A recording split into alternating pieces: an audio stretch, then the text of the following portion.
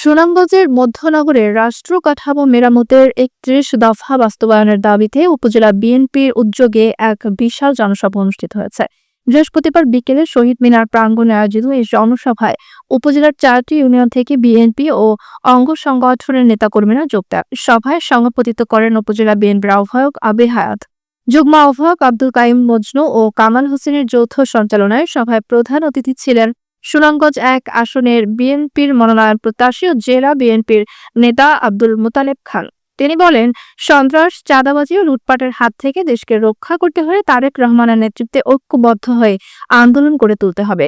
বিশেষ অতিথি হিসেবে বক্তব্য দেন মুক্তিযোদ্ধা লিয়াকত আলী, আবুল বাশার, মোশাহিদ তালুকদার, মামুন ও রশিদ শান্ত, আফজাল হোসেন স্বপন সহ জেলা ও স্থানীয় নেতৃবৃন্দ। বক্তারা জানান, ৩১ দফা বাস্তবায়ন দেশের সুশাসন ও গণতন্ত্র পুনরুদ্ধারের মূল পথ। তারা দলীয় নেতাকর্মীদের ঐক্যবদ্ধ হয়ে আন্দোলনকে ত্বরান্বিত করার আহ্বান জানান। জনসভা শেষে বিএনপির পক্ষ থেকে বিভিন্ন স্থানে প্রচারপত্র, লিফলেট বিতরণ করা হয়, যাতে জননেতা তারেক রহমানের ঘোষিত ৩১ দফা সম্পর্কে সাধারণ মানুষকে অবহিত করা হয়।